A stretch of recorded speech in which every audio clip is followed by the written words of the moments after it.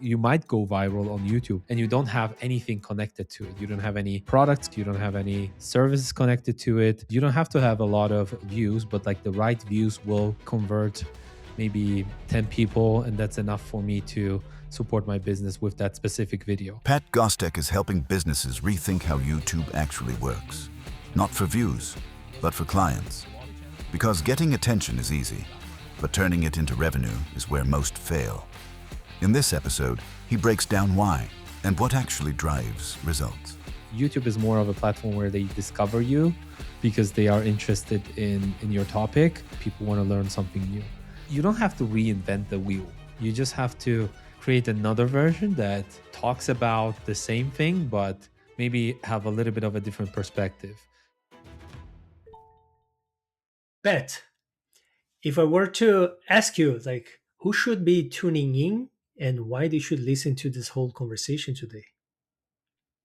Well, if you are a business owner or you are a creator who wants to build a business around YouTube, or you want to use YouTube as a platform to lead people to your offers, to your products, and build a business around a business machine around YouTube, then you should listen to our conversation, because I have a lot of insights of what to do and what not to do in regards to YouTube, and we can go into the specifics more in detail later in the video. Mhm.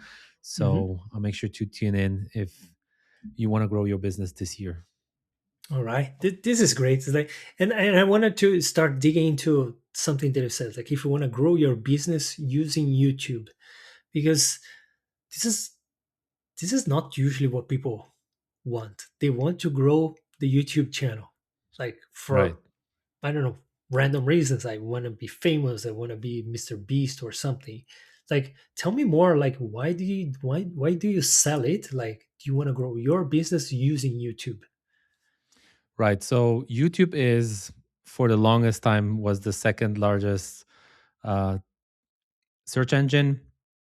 So a lot of people are actually searching for solutions that they are. So there are two reasons why people watch videos on YouTube. So we have entertainment. That's like one thing. They go on YouTube, they scroll, they see kind of like a clickbaity thumbnail.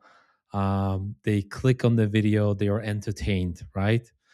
And a lot of entertainment creators did build a business around their YouTube channel. Like, let's talk about the famous case of Mr. Beast. In order to build a business around that kind of entertaining channel, you have to have a lot of brand recognition. And he essentially hijacked all the attention, that like he optimized all of the videos in a way that hijacks your attention, or like young people's attention. And he came up with like 7 different formats, which is like kind of like cheap, expensive, more expensive, that kind of thing. Then he had like challenges where you have numbers, last one to put the hand off the plane loses. So that kind of thing. And it's an the entertainment route, but it takes a lot of time to build that kind of machine, so to say, to be able to promote your business. The other perspective is, we have business owners, we have some people who are already established businesses. They have a product that they can sell. They have a coaching service. They have video editing services. They have products that they potentially want to sell. And those kind of people, if they go on YouTube intentionally with the right strategy, they can support their business through YouTube. So we have those two cases. So number one reason why people are watching videos on YouTube is entertainment, because they want to get entertained. And the second most important reason why they watch videos on YouTube is because they want to learn something new. And that's where you come in as a business owner. And if, let's say, they want to improve their YouTube studio, for example, I might be searching for things like, how can I set up my YouTube studio, right? how can I set up a home studio essentially. And if I sell, panels, uh like, those wooden panels for the wall, I can promote that on YouTube easily. I can even like pay um influencers like on YouTube to promote your products. Or if you're a confident business owner, you can be on camera yourself and then talk about this. There are lots of ways how to promote your products on YouTube essentially, because of the fact that people want to learn something new. There are other subcategories, like they want to dive deeper into their passion, which aligns with, hey, I'm interested in having a home studio set up. um, I want to kind of like explore what kind of options do I have. So I'm exploring my passion. So yeah, those kind of things will help you um, translate the interests of people in certain topics into money. Okay. And the reason why I ask this because when when we were doing the research of the things that you do, and you came across differently because of that, because it reminds me of the way that I use LinkedIn and to Right, publish my own posts. Like there are some people that all they want is to kind of like have viral posts. While right. for me, if I write something and then 10 people like, and out of those 10 people, I can convert one or two because Hmm. they are my ICP, I don't need a lot of views. I need those 10 people to interact and then one or two to close with me, right? And it seems like this is me putting words in your mouth, so correct me if I'm wrong, but it seems like it's more like the strategy that you're kind of preaching with YouTube, that you can just start talking about your business, about your product in the beginning, and it's not about going to the entertainment, which would require a lot of viral kind of strategies for the YouTube videos, but more like to be more directed so you can attract your ICP, the kind of clients that you want to have. And then it doesn't matter the number of views or the number of followers that you have or subscribers that you have in your channel. But Right. as long as the content that you produce, it actually drives the leads that you want. That's correct. So I'm not sure like how you view LinkedIn, but maybe you can share that about that as well. Mhm. But I view LinkedIn as a networking platform where you have lots of business owners, the same type of people who want to do business on LinkedIn. So it's kind of like a conference room full of people wanting to interact with other businesses, right? Versus on YouTube, you do have this entertainment aspect. So that's kind of like a main difference here. What you can actually do is, yeah, like you said, you don't have to have a lot of views, but like the right views will make them want to buy your things. So, for example, as if I'm searching for a particular solution, like for example a new camera, right? I might type in, features of a ZVE1, like whatever the model is of the camera that I'm using, or that I want to buy. I want to compare those features of the camera and see kind of like I'm interested in buying. So if I have high uh, purchasing intent keywords that I use in my title, and as long as there's not a lot of other content about that topic, I might have 1,000 views a month, but then like I convert maybe 10 people, and that's enough for me to support my business with that specific video.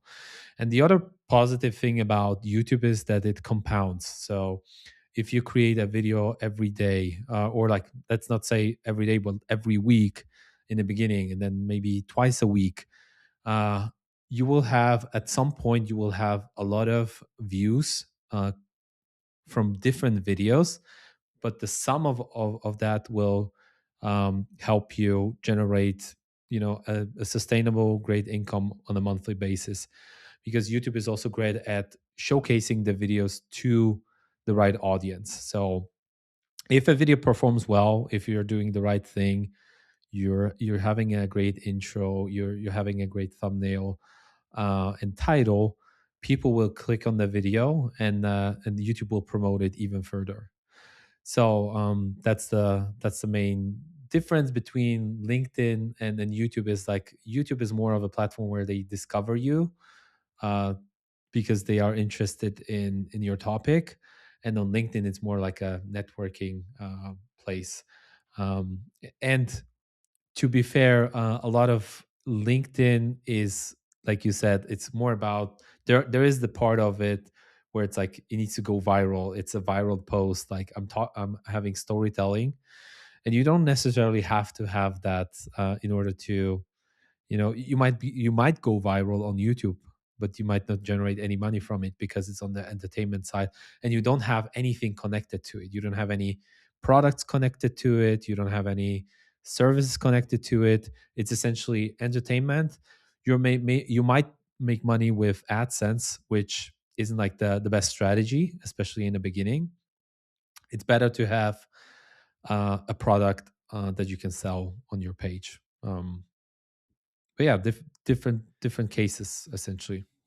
Yeah. So just so we close the loop on LinkedIn, my example was more about the strategy that I use of not going after metrics that are really not that important, right? Like, of course, if I have a viral post, maybe it will generate more leads, but I can end up actually bringing all the attention to the wrong ICP, right? So I don't know. So I'd rather write something super focused. This is what I've learned. I am part of a, a group where the owner of the group, Matt, he just says, like, you don't need so many likes. You don't need that. It's like you need your ICP to see your content and see who you are. And he said, like, you have to send the messages so you filter out those that don't even understand the lingo that you're talking about. I'm not Right. there. You're not there to please everyone. You're there to resonate with your ICP. They need to read and like, this guy has been reading my diaries, right? Yeah, So that's this is the approach on LinkedIn that I use. well, that's you can quite use a similar approach on YouTube, specifically if you're serving a small, if you're okay with not having a lot of views, right? Because that there's a psychological point of it as well, where, oh, I'm publishing a lot of videos but I don't get a lot of views. But if they are the right views, then you can actually, you can have 10,000 subscribers on your channel, uh, and have $1 million business if you're selling high ticket coaching services like for 5K a month, something like that, right? Or you deliver services. Um, that's kind of like what you can achieve with a targeted audience. So you don't have to have like millions of views. But and the on the other side, you can use YouTube as a discovery platform. So does it mean that you have to do only content that is about the specific thing that you're selling that people are searching for? Of course not. Like, you want to have at some point also leverage in for people who are just discovering your services. So Google is talking about the see, think, do, and care framework. So the C framework is essentially the broadest audience that you can attract. So this is like the entertainment content, like people who are not familiar with your product, they are not familiar with your solution. They just know that they really are interested in a certain topic. So, for example, it might be the best way to grow on YouTube. So I know that I want to grow on YouTube, but I don't know how. And they see a video like the best way to grow on YouTube in 2026. Super broad. You can't really tell what the video is all about. And if I'm kind of like in this mindset of like, yeah, actually that sounds interesting, I might click on that video. Those type of videos will get a lot of views. That's kind of like because it's broad. But then you go into more specific things like how can I improve my intro, right? That's kind of like something that, well, I'm publishing videos already, like this guy said in this video about how to grow on YouTube in 2026, but I'm not getting any views. Like I have a low view count and stuff like that. So it's kind of like you're stuck in a low. So then I'm going to research more of like how can I improve? What are some metric that I should take care of? Take a look at or in YouTube Studio, right? So that's very specific. So this is kind of like in the think and do phase where it's like you will not attract as many people as you do with the broad content, but it's a great way to think of it as a funnel. So you have a mix of things. So you publish one video on that on in the broad category, then you create another video that is like essentially for more targeted people who might buy your services. So you might say, hey, by the way, you have an intro. The intro should be structured like this, and if you want to, I do have service like video editing services, and we can help you out with structuring the intro in a better way. Not necessarily like the best strategy. Some people might click on like book a calendar, in like book a meeting with me and stuff like that. Maybe a different strategy might be, here's a list of 20 proven hooks, and then they download it in exchange for an email address, and then you reach out to them, you curate them, you deplatform them essentially from YouTube. So you put them like in an email dripping list, and then you continue the relationship. So it's essentially like a lead generation that starts with a Exactly. video, and then you make them click in there, download the resource, whatever, or use the custom GPT they may create. Meanwhile, they are already kind of in your own platform, because it's funny that you talk about that, because when we talk about LinkedIn, when we talk about YouTube or TikTok, we are at the mercy of these platforms, because if someone Exactly. or tomorrow they the AI that they use behind the scenes decides to kind of cut you off, I've heard of people that are like they lost everything. Suddenly you lose your business from one day to the other, right? Yeah, that's why I kind of like the idea of building a business around YouTube, like using YouTube as the platform, but then bring them to your business in a way. Find the right leads. So give them something, give them value in exchange for your email address. This is like this is the price they pay to get your freebie essentially. It might be a custom GPT. It might be anything that is valuable. Like recently, probably those PDF downloads aren't as attractive anymore as some other options. It might be a 3-day video course. It might be even like I've seen people in the video editing space. They also sell lots, so things that you can apply in editing for as little as like $5, $10, something like very small amounts. You can direct with the sales if it's like a low ticket thing. But if you have a more expensive service at the back end, you should definitely try to qualify them in a way, and start with a lead magnet. There are lots of ways of Mhm. how to capture people's email address or contact details. Yeah. And I have so many questions about like even like Right. how some people get started, but I'm gonna be slightly selfish in here and talk and Sure. use my channel as the guinea pig in here, right? Right.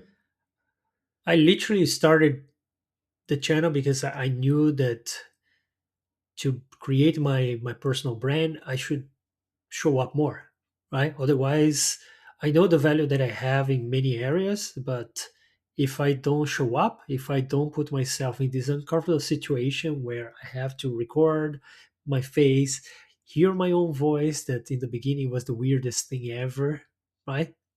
See me on the screen, make mistakes. For example, once I recorded a 10 minutes video after eating a salad, and then when I was doing the addition, I could see the salad in my teeth, and then like I had to throw it away.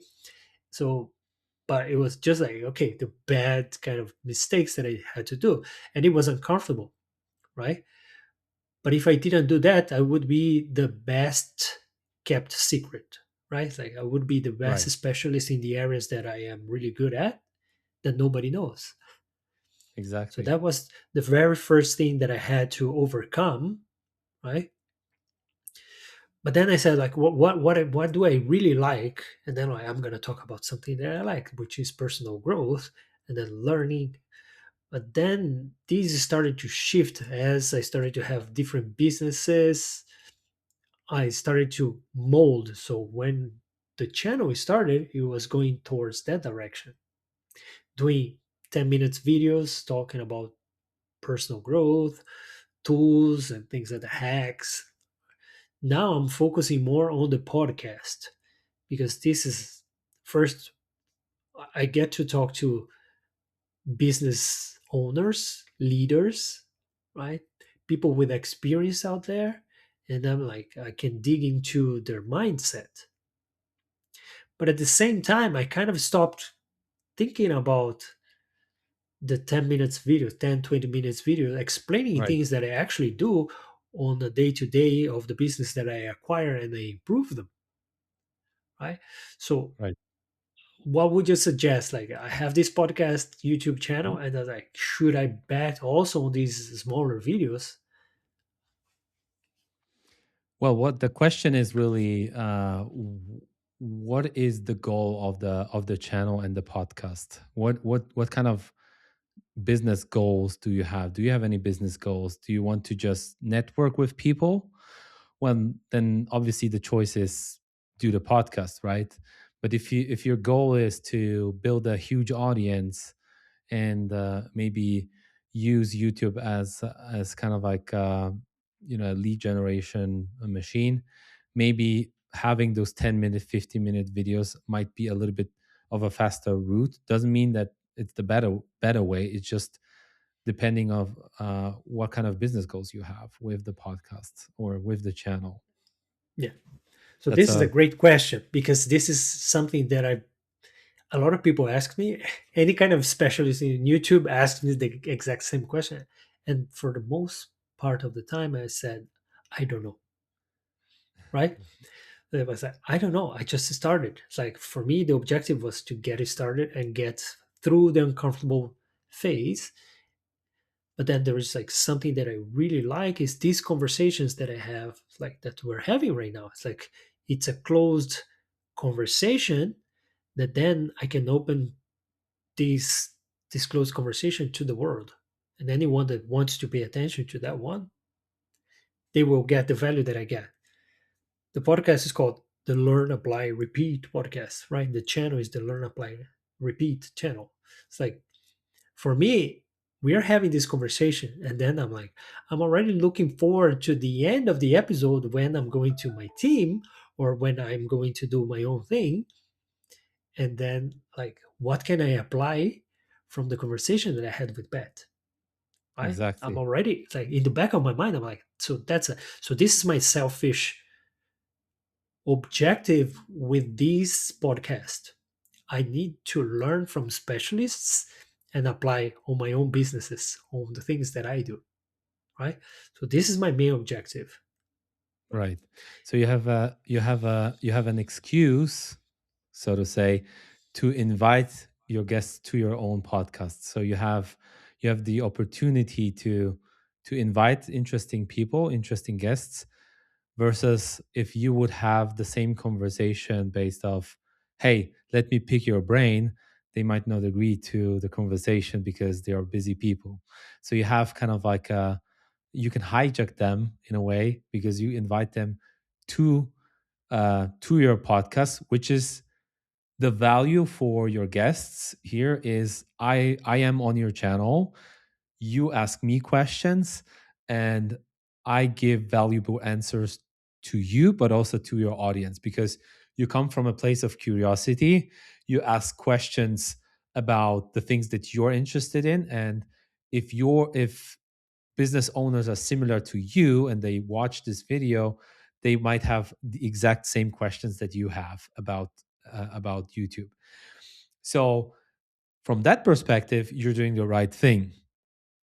From the other perspective, where if you want to grow your YouTube channel on a specific topic, it might be a little bit harder to have um, the exact guests for different, for like, if you invite different people on your show, you obviously talk about different things that you're interested in, but not necessarily about one specific topic that the viewer might be interested in. So they might be interested in YouTube growth, and they might watch this video, but they might also be interested. They might not be interested in mergers and acquisition if that's one of your topics.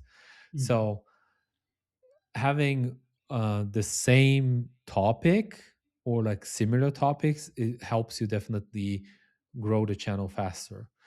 And you can content on your channel, those 10-minute videos, 15-minute videos, is something that you can absolutely control, because you decide what to create the next video about. You decide what to say in your video.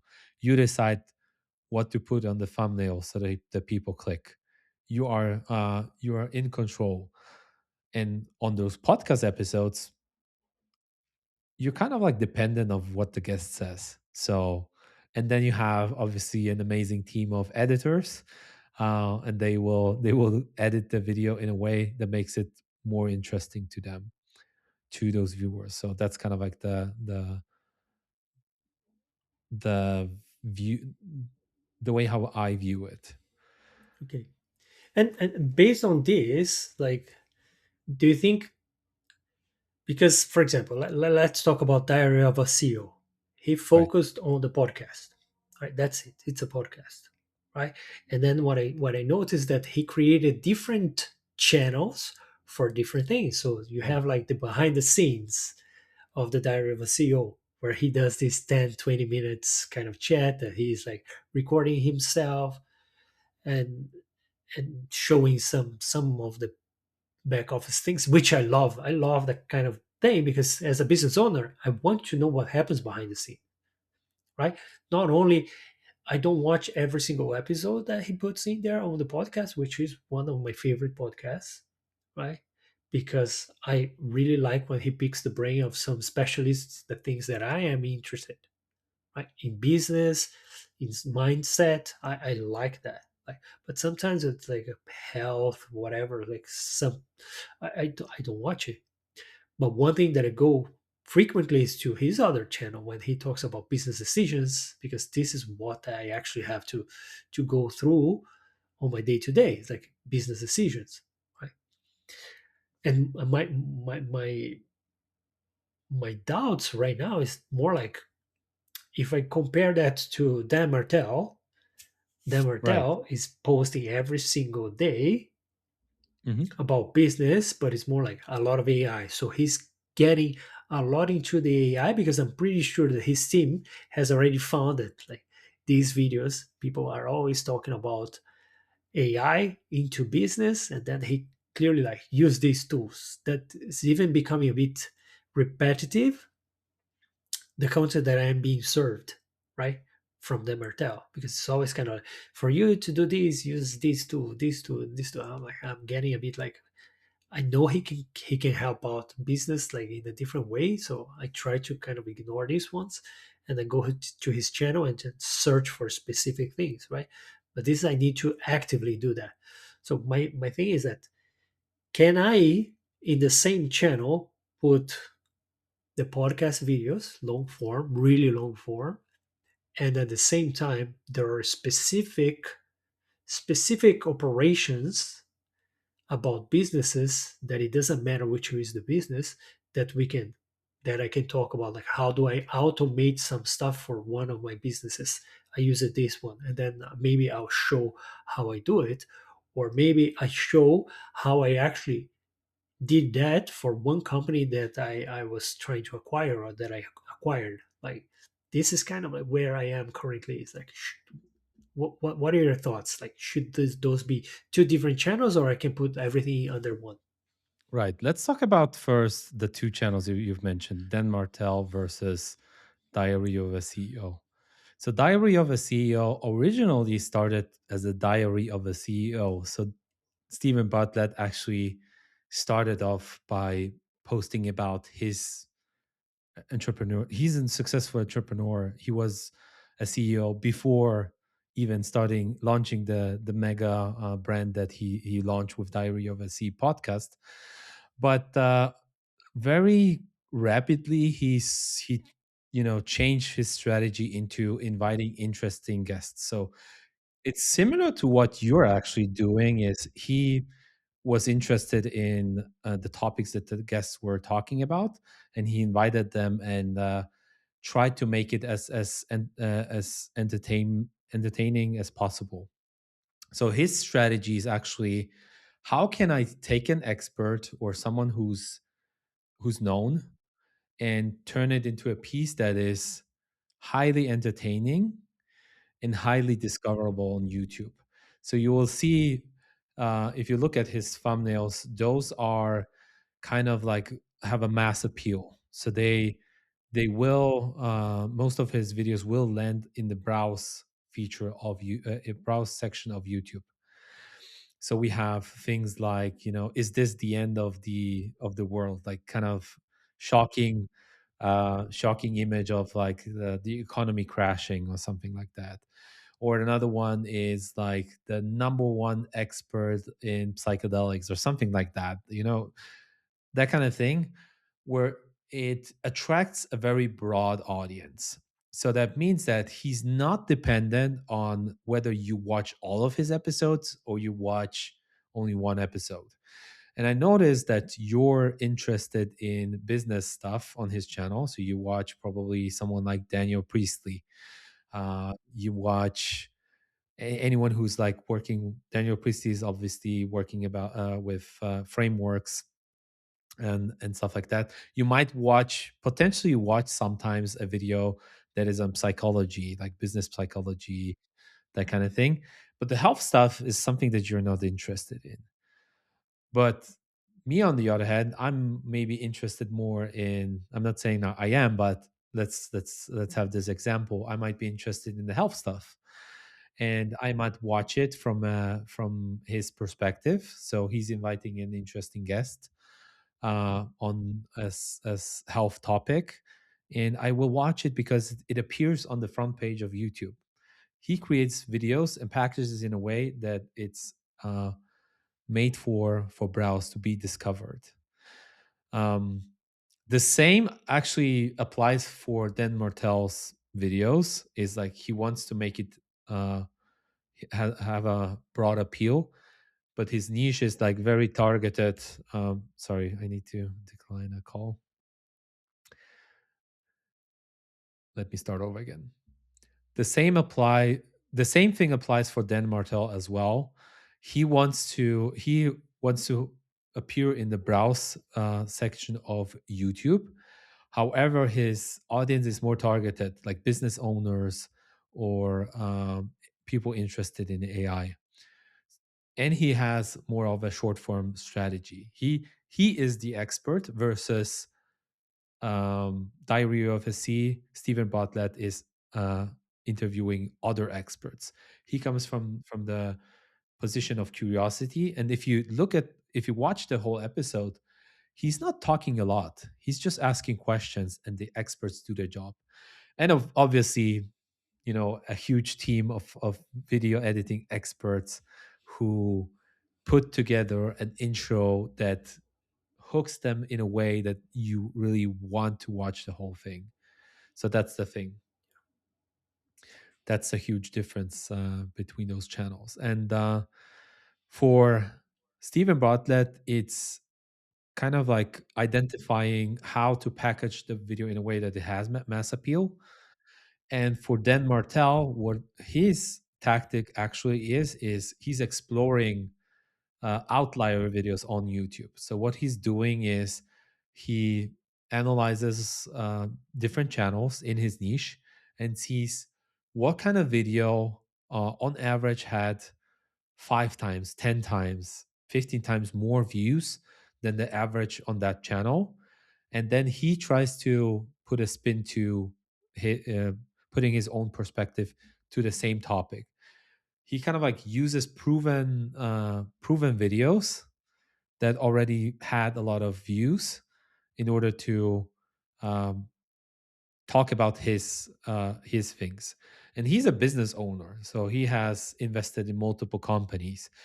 And some of the for and the way how they found it out, by the way, like I've been watching other podcasts on that topic because I'm curious, like how do they do their strategy.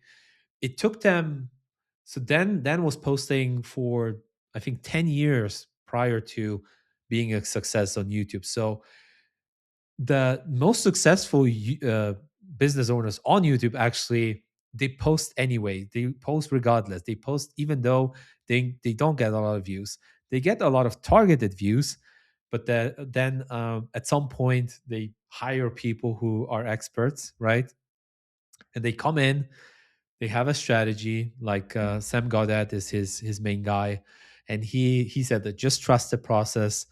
We will hit the brows. We will hit, and then like a year after, like he started working for him and doing the videos his way, something blew up and then unlocked kind of like the algorithm of YouTube and made the channel successful.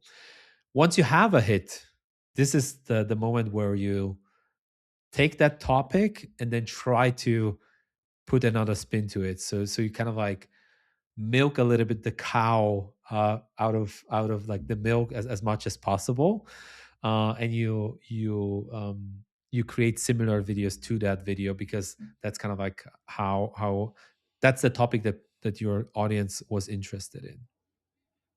Yeah, it kind of reminds me of when we do like PPC campaigns, right?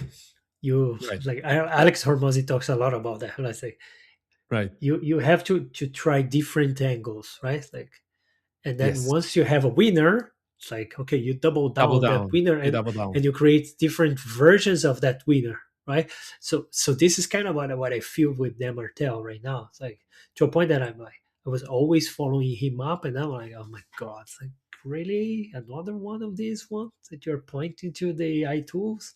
I'm like, I'm not learning anything anymore, right? Well, with the tools, it's kind of like interesting in a way. So here's my point of view. I think if I'm doing the same video every 4 months, that's actually quite okay because a lot of the tools change, especially in the AI space. So I might want to watch a recent video on AI tools. If I search for AI tools, I don't want to watch a video that is 6 months old. I might have watched it in the past, but right now I'm exploring what kind of tools do I want to use right now? What are the hot apps right now? So this is why having a certain format that works for you and for your specific niche is a great way to don't you don't have to reinvent the wheel. You just have to create another version that talks about the same thing but maybe have a little bit of a different perspective. Different tools came on the list. So this is kind of like how I view it. And obviously, he wants to have mass appeal. That means that again, he wants that video that pop up on the browse uh, in browse on YouTube. So to your point, will you be interested in watching more videos from Dan Martell after a while? Maybe not that much, right? But he still has a lot of other viewers who just simply watch the video because they want to follow him. And so we have actually like three types of viewers. You have the super fans, so to say. So people who just watch every single one of your videos, no matter what topic you're covering. Then you have the casual ones, like you said, you're interested in business, so you love Stephen Bartlett and Diary of a CEO, but you don't like the topic of health. So even though it's Stephen Bartlett, you like Diary of a CEO, you will not watch that video, and that's okay, right? And then you have the new viewers. So the new viewers is where essentially the magic happens. Like they don't know, even though like Stephen Bartlett is a huge channel, it's like 50 million subscribers or something. There are some people who just don't know him yet. Um, so but coming back to your original question. So your original question is, what is the right way to grow your YouTube channel? Is it a good idea to have clips? Is it a bad idea to have clips? What are some tactics? So you want to have different layers of discovery. The main podcast, right? You have one thumbnail, you have one title. You can now A/B test with A/B testing features within YouTube. However, you have just one opportunity versus if you have a 2 hour conversation with a guest and you cut it down into pieces of things that are interesting and you package it separately. Suddenly, out of like 2 hours and like one opportunity, you have 10 different opportunities to be discovered. And you know, laws of nature, the more reps you have, the more chances are that one thing sticks out, the algorithm picks it up, and then that might be the driver for growth for your channel, right?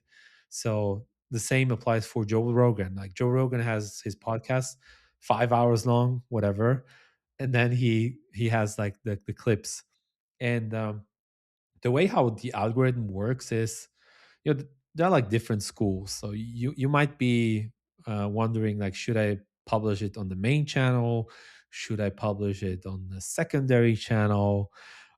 So don't overthink it in the beginning, I would say. So if you have one channel and you publish a long form content, long form, like the long version of it, and you have multiple clips that you publish over time, we don't want to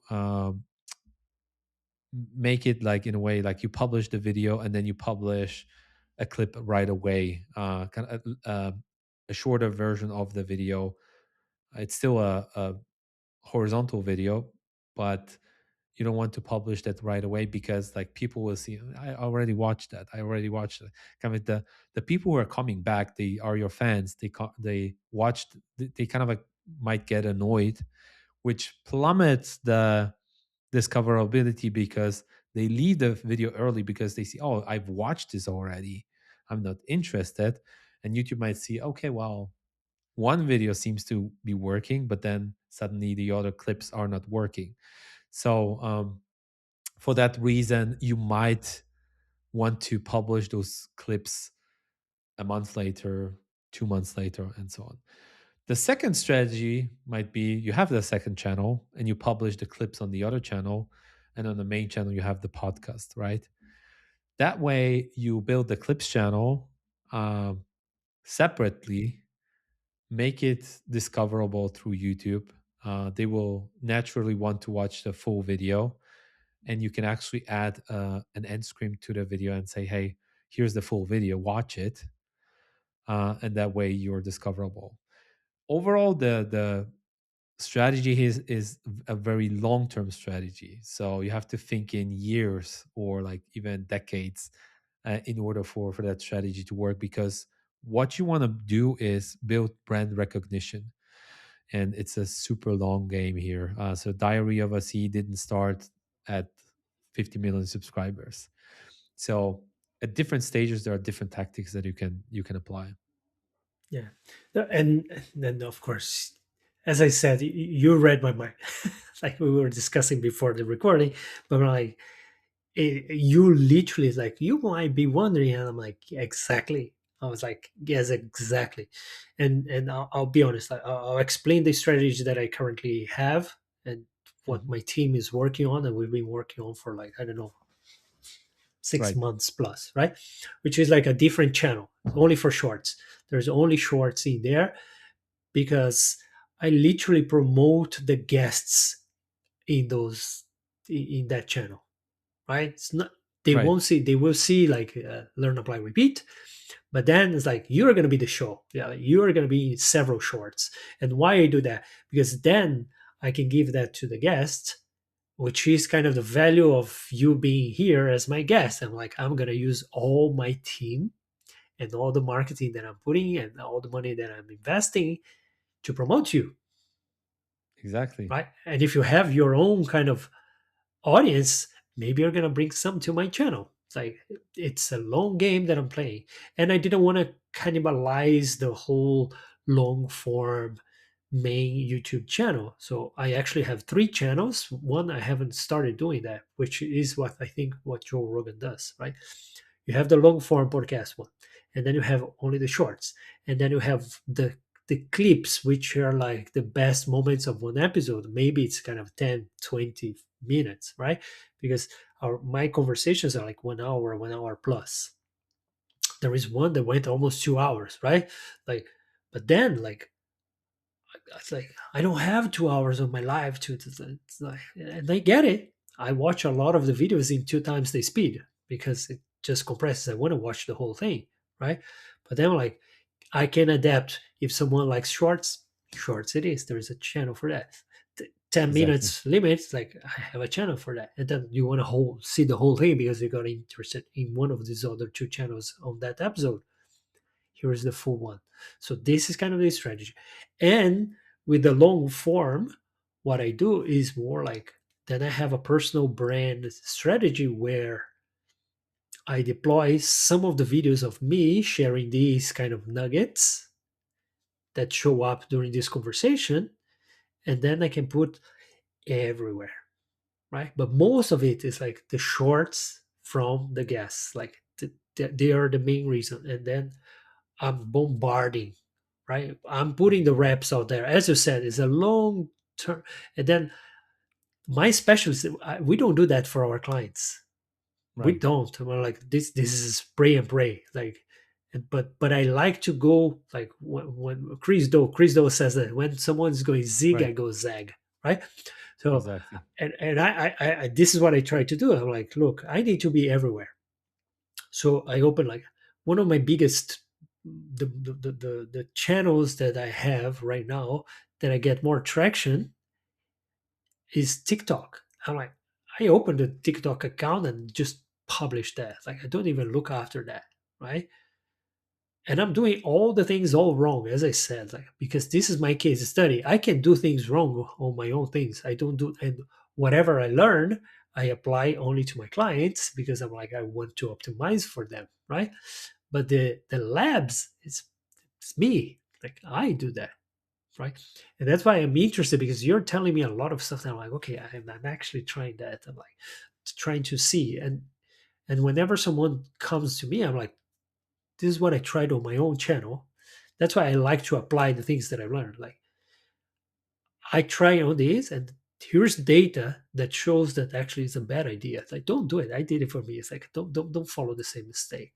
So this is kind of what I'm doing. Like, and then like suddenly in 3 months, I had like, no, like in 2 months and a half, I think I had like a hundred shorts on, on my shorts channel, 100 shorts on TikTok. And then suddenly some people that I know from Brazil, like 10, 15 years ago, 20 years ago, they're like, oh, I saw you on TikTok. And I'm like, "What?" My dad was saying like, my dad doesn't even speak English. He's like, I saw you on TikTok the other day. I didn't understand anything, but I saw you there. I'm like, that's exactly what I wanted. I wanted to be Exactly. everywhere, right?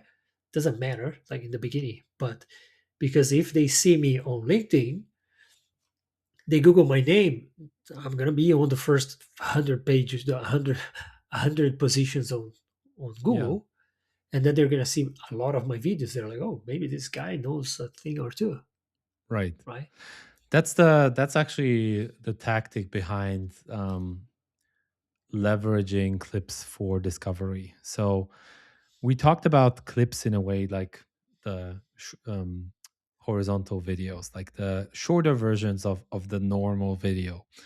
And then we have the vertical videos, which are shorts, Instagram reels, or TikToks, right? So if you're doing a great job on other platforms in capturing my attention, that's 100% a great tactic for them to discover your long form content. Because this is how I discovered, for example, my first million is I saw a lot of people clipping videos from my first million, and they talked about one specific thing, you know, and they talked about one thing that intrigued me. Like this guy used this trick to get like, you know, credit card points. And I'm like, oh, that's interesting, right? And then like the algorithm on TikTok specifically and on Instagram works like this, is like if I show interest in that specific video, in that specific topic, they will feed me with another video with another video from that creator, or like about the same topic from them, right? So suddenly I emerge into kind of like more content from them, and I see another short, another TikTok, another Instagram reel. And suddenly I'm like, oh my God, like they talk about interesting things. Let me see what kind of what where the conversation lives. So that's important to have the information. Hey, this is a clip from my first million. This is a clip from your podcast. And having that information makes it easier for me to go on Google first and then discover your podcast. This is how true discovery works. Like having the long form content is great, like Diary of a CEO, but you have to have those clips in order to drive discoverability. And like you said, like you can use tools like, you know, whatever you tools, there are repurposing tools essentially where you can automatically publish those things to other platforms and don't even think about it, you know, to be Yeah. honest. You only have to create it once and then redistribute it to other platforms. That's the power of those clips. And sometimes it's kind of like on Instagram, some of my like my clients clips got 200,000 views organically, and on YouTube it only got like 2,000 views, the same clip, right? Because the audience Mhm. is a little bit different. They are Yeah. interested in different things. So what might work on TikTok might not work on Instagram. What might work on Instagram might not work on YouTube Shorts, and what might work on YouTube with YouTube Shorts, it might not work on TikTok. So it's kind of like a spray and pray tactic. And then once you have that, you can see, oh, this kind of clip works on YouTube. Let me double down. Let me try to replicate that in the next version. So you might be asking a question like, you know, how much money do you make? And then you kind of like get an answer, and it's like, that worked on TikTok. Okay, let's try to ask similar questions next time, you know, that kind of thing. Yeah, and literally that was my tactic. I'm like spray and pray, but then we get the data and we analyze, and this is literally like it's the same short that I publish everywhere, because what I wanted is the data to see like what actually gets traction in each one of the channels. Because for my clients, it's important that I know this, because when I tell them, like when I give them like the strategy, it's not like I didn't read, I like, pardon my friend, I didn't poop this out of thin air, right? Like Yeah, I actually tested on me. exactly. So whatever you say, you may go against it. I'm like, look, I tested on me. Like, do you want to see the data? I open the data and like, this is it. Like you see, it's like I have no clue. I didn't have a clue that if I talk about like startups and the dream of startups, that would hit TikTok. Like I'm like, my one of my most viewed ones is like when we bash startups, right? It's like, and now like what? I could, I thought that would get more traction on LinkedIn, for example. Doesn't. I'm Right. like, it's business. I'm like, no, you have to talk really well about startups on LinkedIn, right? But if you Yes, bash because them, if TikTok, you bash them, great. yeah, different audiences make the algorithm work different on different platforms. Yeah. So there's like one particular example of like in the beginning when shorts were fairly new, 5 years ago, 6 years ago. One of my clients asked me, "Can we actually optimize YouTube Shorts for search?" Right? And I said, "I don't know. Right now, it looks like YouTube Shorts, the traffic source, Shorts feed is the main traffic source. It's great for discoverability because if you land in the algorithm, it it is almost like free advertising, like almost like free YouTube ads, right?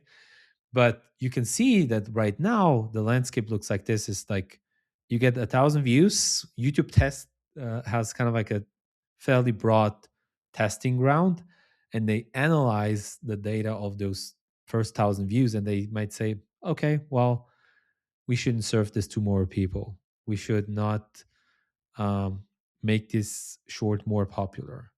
And then the short dies, right? But what happens is, like, I wanted to really have a test where I can prove the point that you can optimize any video, even YouTube shorts. But I didn't have the data. So what I did is I started this small channel on the topic of super boring topic of spreadsheets. I called it Sheet Tricks, and it was only YouTube Shorts, just for testing what happens if I publish a YouTube Short with a specific keyword that I find in Google Keyword Planner. And those keywords have like super mass appeal. There's not a lot of content about them. And I created 15, 20-second clips on like how to automatically convert currency in Google Sheet. And surprise, surprise, in the beginning, it got a lot of like spray and pray, 1,000 views. Nothing happened afterwards. But at some point, people were typing in exactly the same keyword. They were typing in, how do I convert currency in Google Sheets? And the magic happened. Like, once YouTube started to show more YouTube shorts in the search results, suddenly a video that like for 500 days didn't have any traction, didn't have any traffic, this video now has 60,000 views from YouTube search, which proves the point that you can optimize anything. And you can kind of like, it really depends on the tactic that you want to use in order to grow.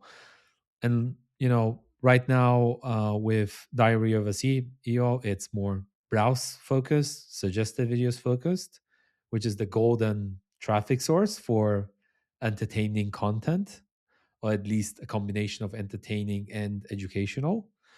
um, and But you can also optimize around YouTube search, where it's like very specific, broad keywords. If there are no videos on that specific topic, guess what? After a while, your video will rank number one on YouTube if you create a video about that topic.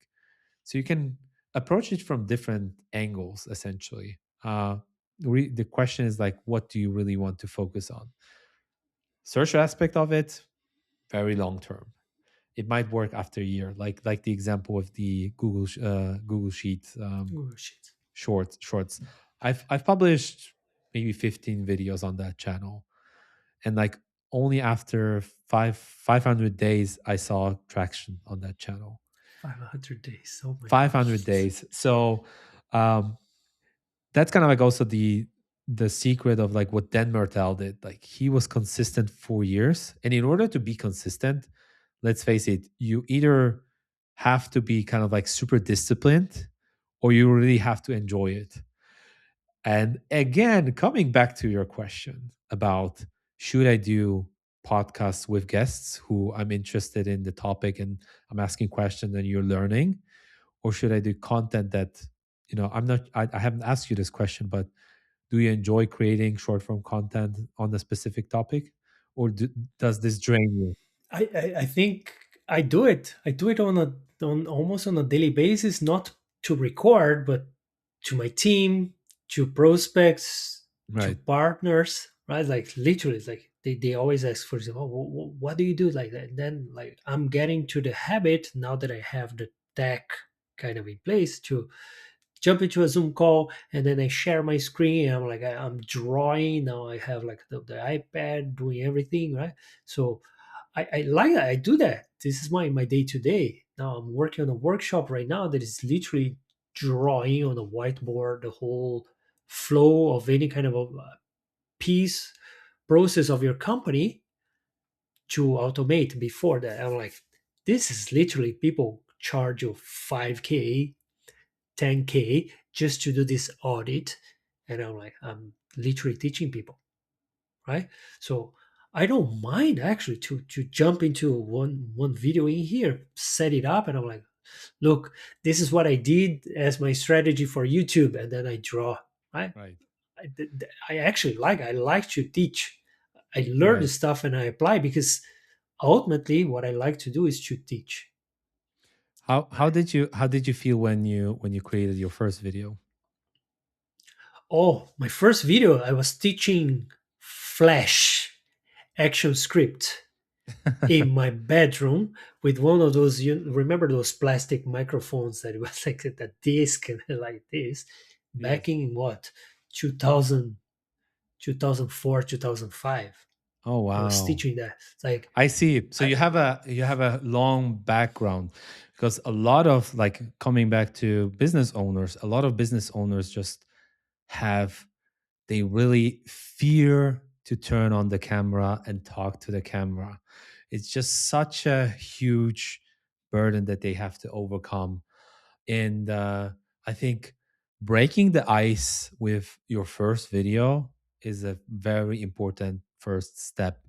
So sometimes it's like you said, like uh, you're doing a disservice to the people who want to learn from you if you're not creating content.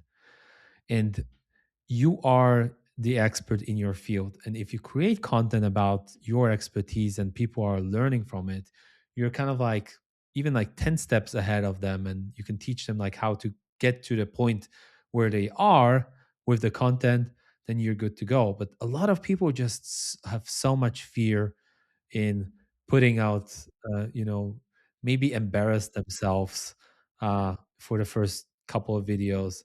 It's a weird experience to hear yourself like when you edit yourself. Is this how I sound? yeah, Those kind of things. A lot of things,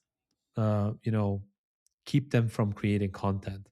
And the first step is actually, sit down and talk about, hey, I'm Pat. I'm a YouTube boutique YouTube agency owner, and I like to share my knowledge on this channel. So if you like this kind of content, make sure to subscribe to my channel.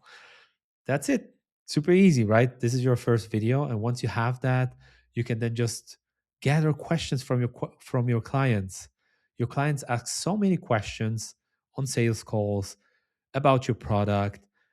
Write down like 20 questions that they ask over and over again, and this is like your list of your first 20 videos. So highly searchable, by the way.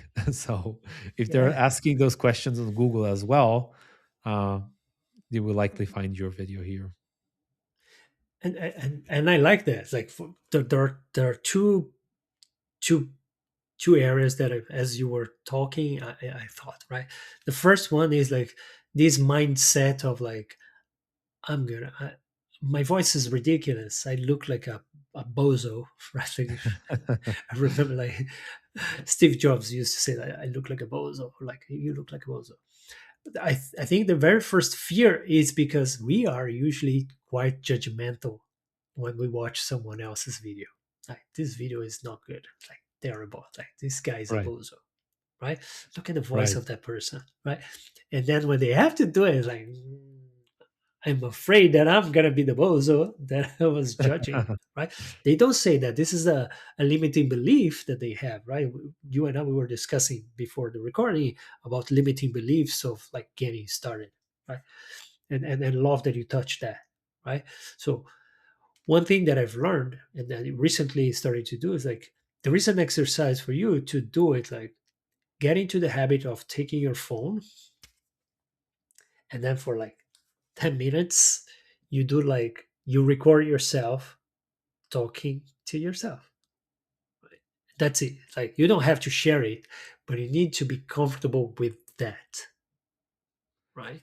Yeah, And then it's kind of journaling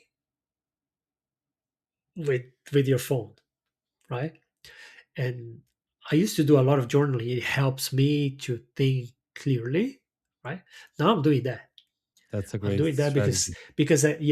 I'm doing that because I can talk about all the problems that I have to face for the rest of the day, and then I can transcribe that, throw into my my agents, and then like content comes right out of that, right? So I'm like content ideas, literally it's content ideas, like every little thing that I do, right?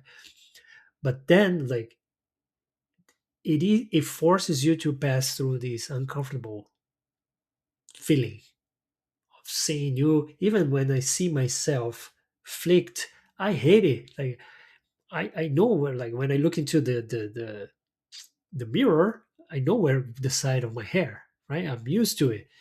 But then when I realize that people see me the opposite, I'm like, what? I look like a bozo when my You don't image like is it. flipped. I don't like it, right? But this is, I still don't like it, but I got used to it. I got used to watching my of my voice as well, right? But this is it. People don't, from my experience, like they don't like this to feel uncomfortable at all.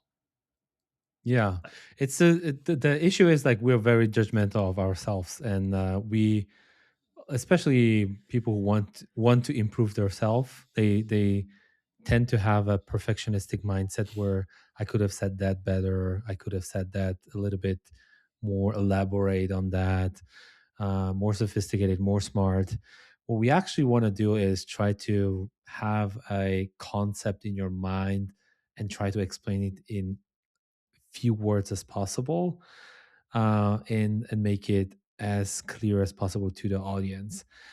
But to your point, like watching yourself, hearing yourself is super uncomfortable. But imagine like everyone else, your friends, your colleagues, your boss, your maybe not your boss, but like your employees, they all hear the same voice that you're hearing. So um, it might be even like an opportunity to learn, because like one thing that I remember when I was doing vlogging, my vlogging channel was I watched a vlogging channel. So for, as you can imagine, vlogs are a little bit different than a talking head style video where you don't have necessarily a ready script to just record. So what I was doing, like I took the camera and I said, okay, let's go to the mall because we want to buy shoes. This is the topic of the video, is we're going to buy shoes today, right? And then obviously I had like a narrative scripted in my mind, kind of like, this is what we do. We go there and then that happens and then that happens.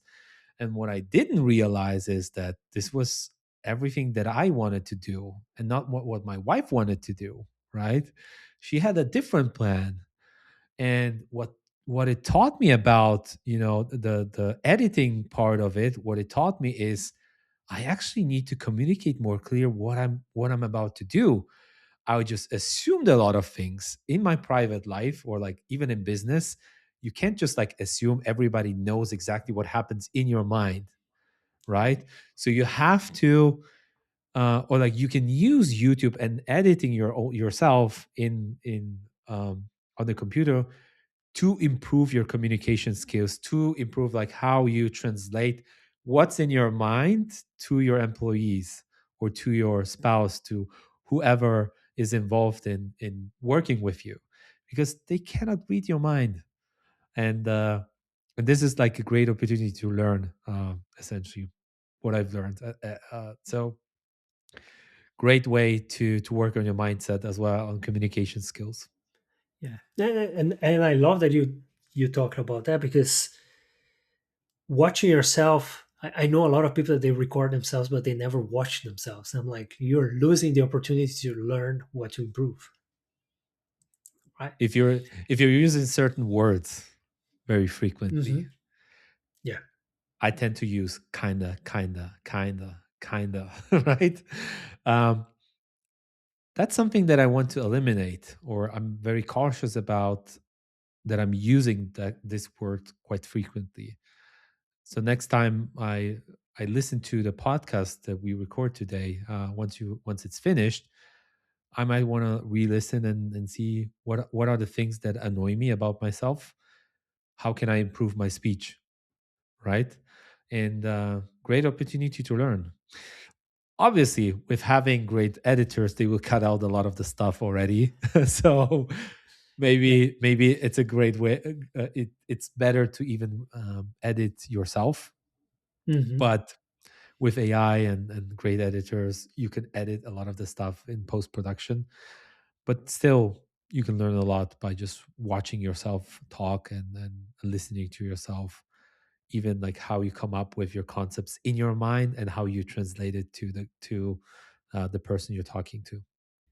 Even the fact that you mentioned about editing yourself, I did that for the very first, I don't know how many videos. And one of the things that I noticed, and I just said it, and I was like, I try to control. I always, when I'm explaining, I say right, right in the end of the sentences.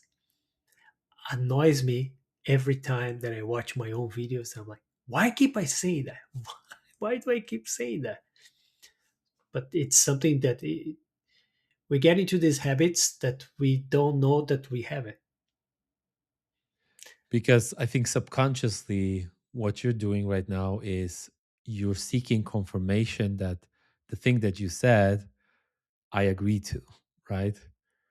Like I just used it, right? Myself is like, and if you're not, I know that you agree with it. And we tend to want to be agreed on a lot of the things. This is how ChatGPT works. Like, just Hmm. confirms, like, that's a great idea. But then you kind of like, yeah, that's kind of like a sidestep here to how LMNs work. But yeah, those things you can work on, certainly. It's a part of the mindset, like personal growth, that I loved. I don't mind being the worst judge of my own performance. So yeah, my ridiculous voice, like my flipped face. I'm like, you know what? Everyone likes me. The people that like me like that. The people that don't like me, they don't like me. So it doesn't matter what I do. It's like they won't like me, and I'm fine with that too. They're not paying my bills. But I have the control of watching myself, judging myself to improve. This I have full control. That's when I stopped using crutch words in a lot of them. So I try not to use us, you know, which is something that I used to do a lot. Even the right, right, right. When I have to pay attention, I have to be a bit more present in the moment while I'm speaking, just to make sure that I'm not using that. I'm doing that right now. But if I hadn't watched myself for like hours and hours and hours editing, I wouldn't have picked it up. I would just keep being me. You would know. And the important thing is that you can't please everyone. So one person might like if you have a whiteboard that you write on. Another person might like to just listen to you without the graphics and stuff like that. Another person likes a more edited video where it's like short to the point.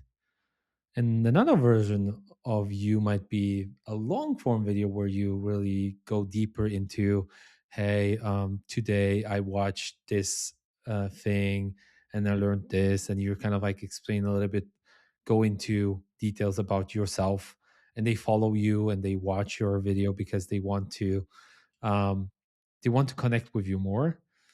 And there are other people who just want to get the information and get out of get out of YouTube, right? Yeah. So Yeah. that's the thing. Okay. It's like, yeah, I'm gonna stop being selfish right now, and I'm gonna ask you some things about. if you were to kind of get a new client that they don't have a YouTube channel, and then Right. I come to you and say, Pat, I need to grow my business. Like, I know you're a YouTube specialist. I saw you on this great podcast, Learn, Apply, Repeat. Tell me, what's your magic? What can you do for my business? I don't have a YouTube channel. What is the shortest way for me to get some leads out of this and make some money for my company leveraging YouTube? Right. I would say, first of all, let's have a call, an hour long call. We really need to take time to dive deep into what your business is all about. What is your expertise? We need to define your niche and then see where the gap is on YouTube in terms of content. And once we have that, or maybe there is already content, but you can create content from a different perspective. And then I would walk you through essentially a niche discovery. I would ask you questions about your niche. I would ask you questions about your preferences in terms of what you want to talk about. I would ask you questions about what kind of products you sell. How do you want to monetize? So I would look at the business aspect of your or of the YouTube channel more than anything else, because that's important for me to understand what kind of product do you want to sell and what kind of products you do not want to sell. And then once I would have that, I would pick a strategy for you on YouTube that works for your specific niche. It might be different. So I would analyze the landscape. What are some competitors on your YouTube on the same topics? Where are some blue oceans, so to say, in terms of content creation? Or maybe there's content that like works really well for another creator, and you might uh, create a similar video on the same topic, and then know that this video will perform on YouTube. So once we would have that, we would find 30, 50 video ideas that worked well on YouTube, finding those outliers. And then essentially, you would have to create those first 30 videos, and that's a lot. Um, but in reality, you have to have a long term mindset. So if you're here, this is one of the common mistakes that a lot of business owners do is they start a YouTube channel, they upload 10 videos that they have somehow created at a conference. Maybe they were invited on an interview and they just uploaded it to their channel. Maybe they uploaded a TV segment that they were on, like, you know, and at some point, YouTube promotes one of the videos and they see, wow, that's weird. Um, this video performed well, and I don't know why, but it seems like YouTube is a great platform. They start uploading more videos and they see kind of like, okay, well, the videos only perform, they have 10 views, 100 views, and they say, okay, they get frustrated. Okay, YouTube isn't worth it, right? But in reality, it's about like having a lot of repetition, a lot of content that you publish, but try to apply the best practices on YouTube. So you can position your video in the browse section. So you can have a first video, even first 1, 2, 3 videos, and it can blow up if you do the right strategy. So what I would do if I were you, if you let's assume you have your niche defined. Let's assume you know exactly what you want to talk about. What I would then do is go to your either like your competitors, and then take a look at compare the videos that were published in the last year on that channel and see if if the channel has like 10,000 subscribers and he has the channel has 200,000 views on a video, but like on average only 10,000 views on other videos. That means that this video outperformed all the other videos on that channel. That's an outlier. in classical terms. Like it's an outlier, and if you can create a similar video, like with a similar title, but your own spin to it, obviously, you don't want to steal from that channel, but you want to get inspired, and you create a video like this, there's a high probability that this video will perform because it's in the same niche essentially.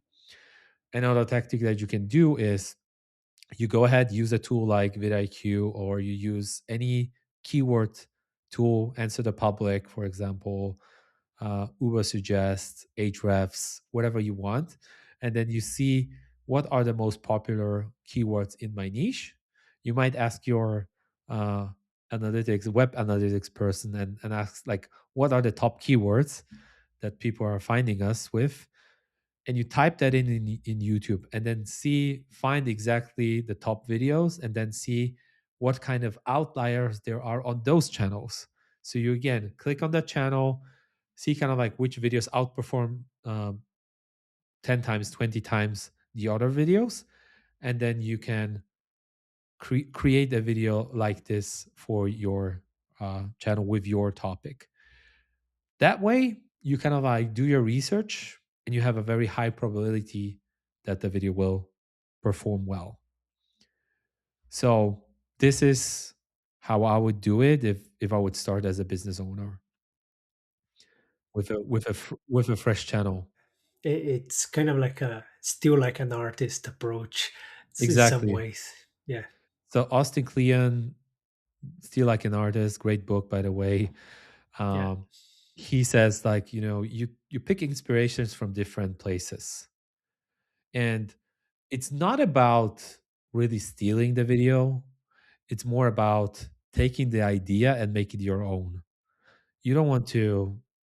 There are a lot of creators actually in the past who just verbatim copied word by word the same script and published it on their channel, and they were caught. So you don't want to be that person.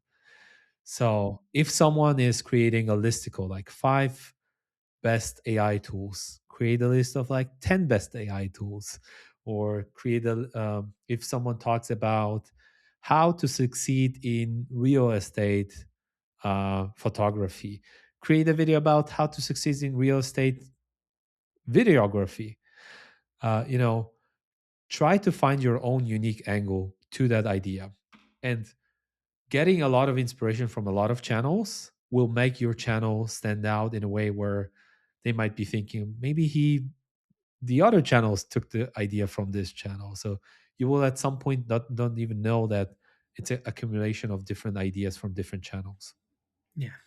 And if you're a serious business owner, it's like you can If watch some you're YouTube, but you can hire someone that does that for a exactly, living, and that's step number like two is Pat. actually yeah.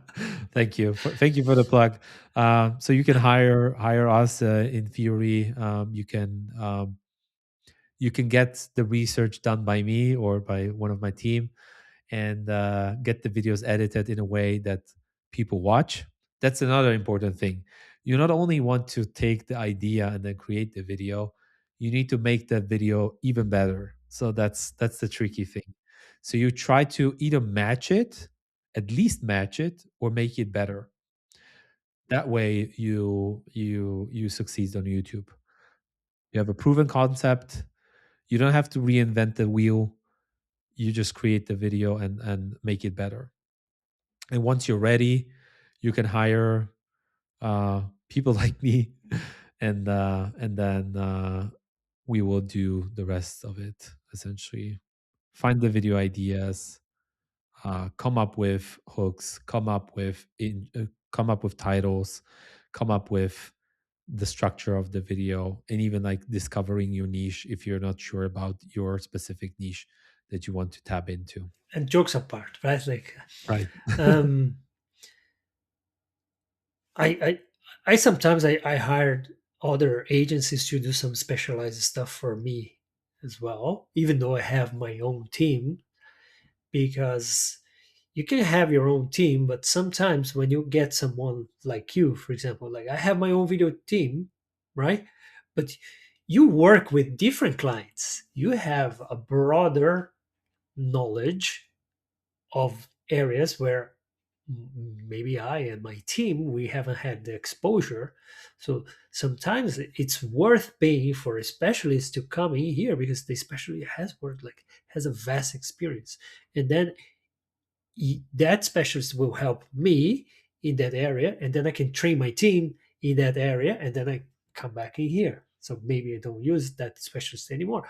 Or you know what, if you're a business owner and you have your own team, like they keep growing, you have the cost that you have to keep paying them in there. Like maybe some will leave and then you have to replace that person. So sometimes it's just like pay for the specialist long term. Like Right. it even the maths may be worth, but more than the maths, like the outcomes, the quality of the outcomes. Yeah, I think that's a great point that you're mentioning. Like, if you're a serious business owner, um, and let's assume you want to build a house. If you want to build a house, you buy bricks, right? There's a company that creates bricks. You're not trying to, take mud out of the earth and then try to burn your own bricks, right? You take the material that is available, you pay money for it, and you're done, right? And if you have a painful tooth, you don't go and say try to fix your tooth alone. You go to the dentist. Cutting your hair, the same thing. So you get years of experience hiring a specialist, whatever you're trying to achieve. Like, maybe you want to grow your sales team, hire an expert. Like, they have years of experience, and you're saving yourself time, not making the mistakes that they did. So in the world of Meta ads, for example, you have Meta constantly banning the ad account, right? If you don't know that, it might be that your first ad is not compliant with the Meta rules, and they will ban your account, and you're done, right, with advertising on Meta or Facebook. um, but if you hire someone who's an expert, they will know this. Like, they will know exactly, okay, well, this is an ad that you try to create, but that's against the terms of service, or like the compliance rules of YouTube, of Facebook. We should not do this. Let's try something different. So you're buying years of experience, hiring an expert. Even like in the context of YouTube, it's the same thing. Like, I know exactly what kind of content performs on YouTube, and I know exactly what kind of content doesn't perform. How to structure a video. Should I start with an interesting hook or not? Like, should I talk about the weather in the beginning of the video? No, that are things that just don't work for that kind of video. You should start with, immediately addressing the thing that they clicked on. So, but you And to the point of the specialist, like from my experience, like I pay specialists in marketing, in mergers and acquisitions, like in several areas to educate me so I can do things better for my clients. So exactly. sometimes like business owners, like I have like a had a conversation today that one prospect, they were afraid of hiring one of my agencies because they wanted their team to handle, because they didn't want to rely on the agent. I'm like, you know that you are relying on your team is not performing, so you are afraid of spending money on an agency that could do way better than them because they have more experience, but you are still relying on a team. Right. Like, do you think that yours, just because it's your team, is going to be better?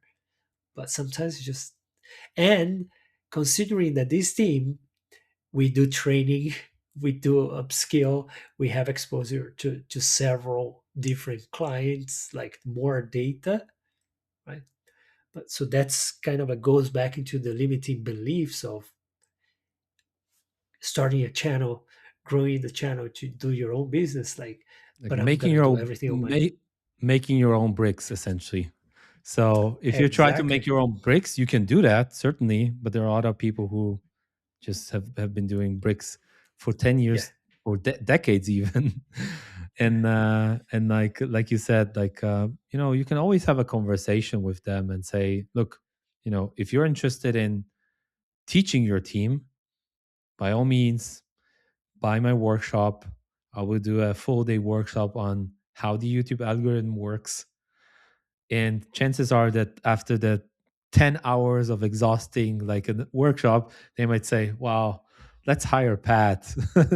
He'll be handling it even better, because I Yeah. I, I can't like fathom what actually happened here. There are Mhm. so many details that you have to take into consideration. It's better to hire someone, like, at the end of the day.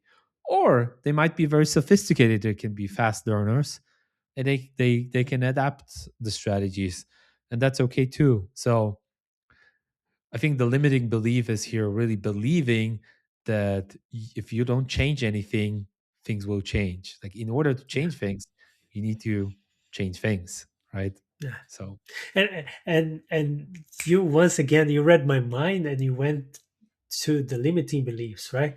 Because yes, we are talking about YouTube, but ultimately we're talking about limiting beliefs as a business owner that you have, that they are actually contributing to the ceiling that you probably hit, right? Because we're always like gonna grow like a business up to a point, and then you need something to change, because that's like your knowledge is stuck in there, your team's knowledge is stuck in there.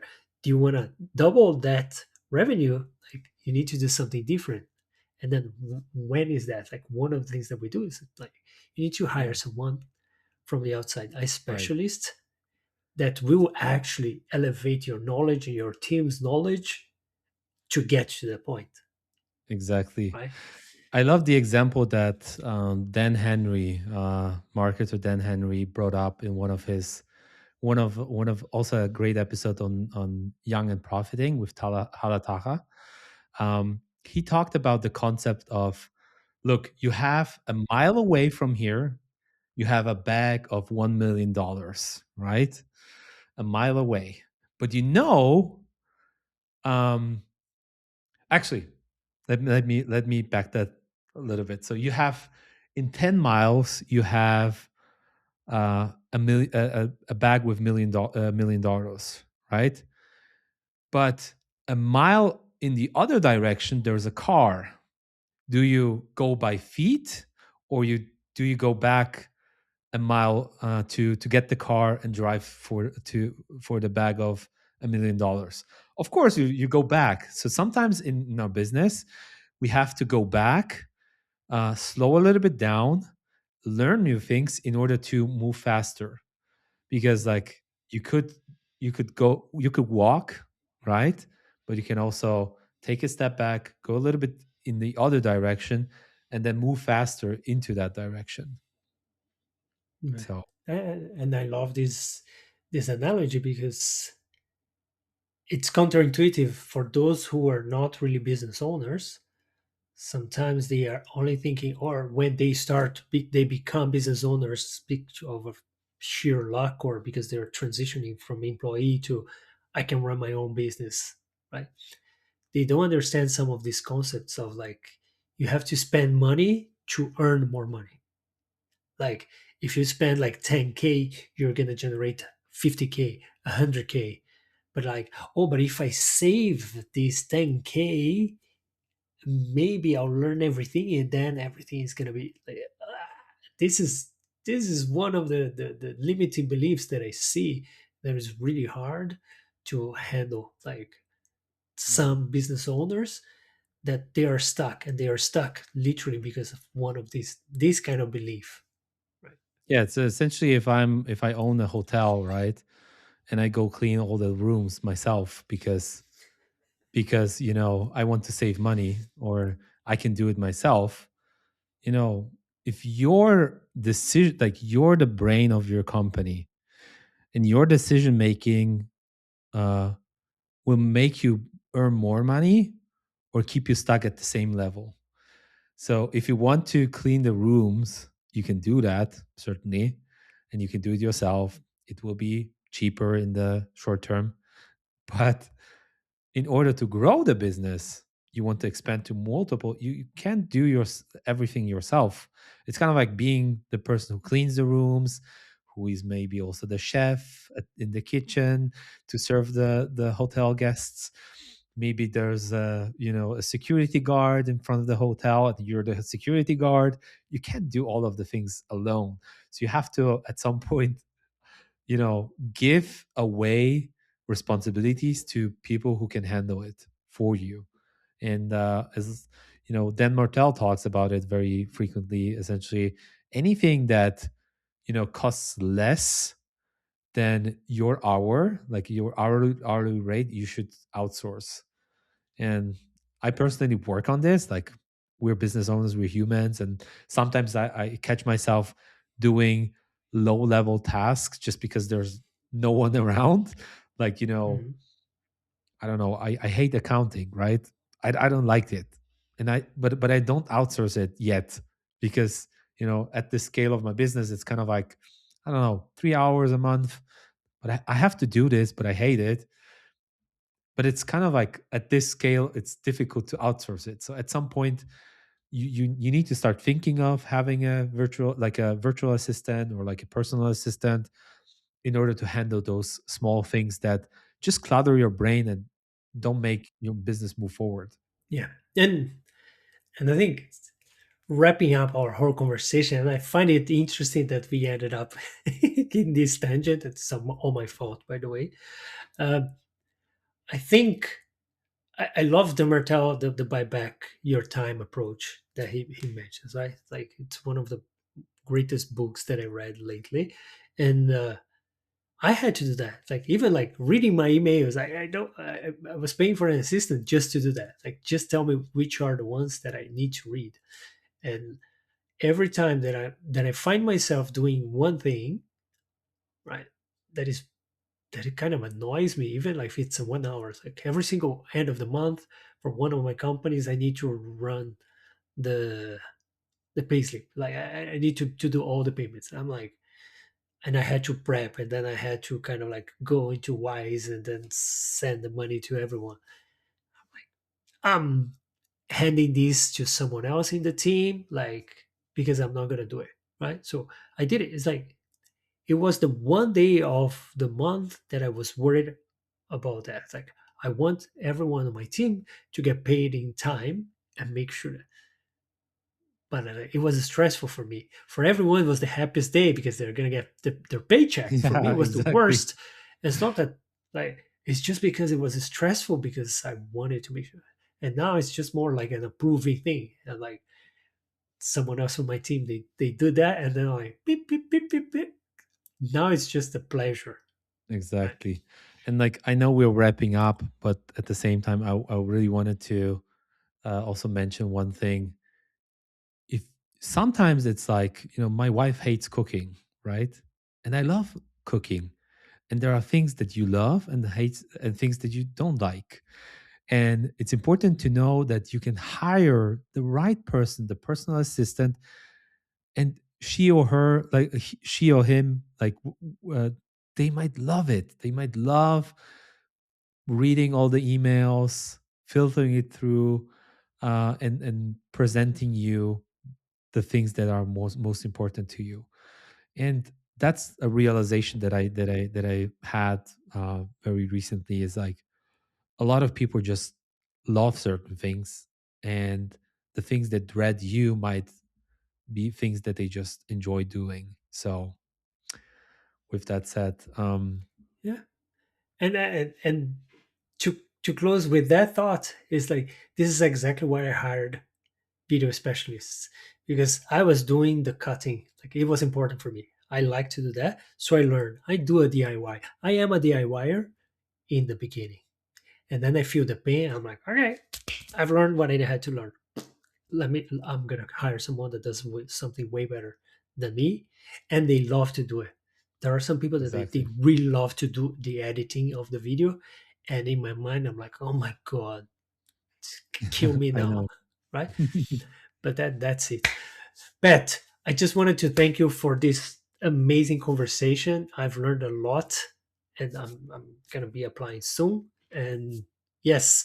So we're gonna leave all your details in the description of this video.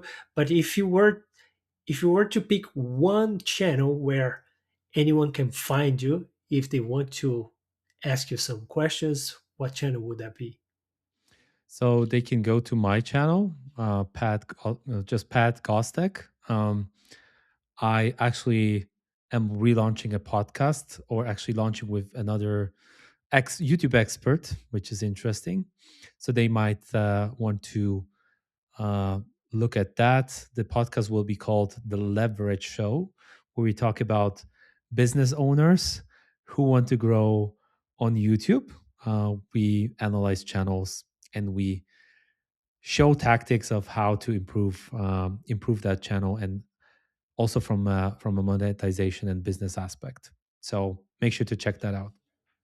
I will. And we're gonna make sure that hopefully when you release, we change the description so we have the link in there too. Thank you so Wonderful. much, Pat. I really appreciate your time. Thank you, Let's see. Was a pleasure.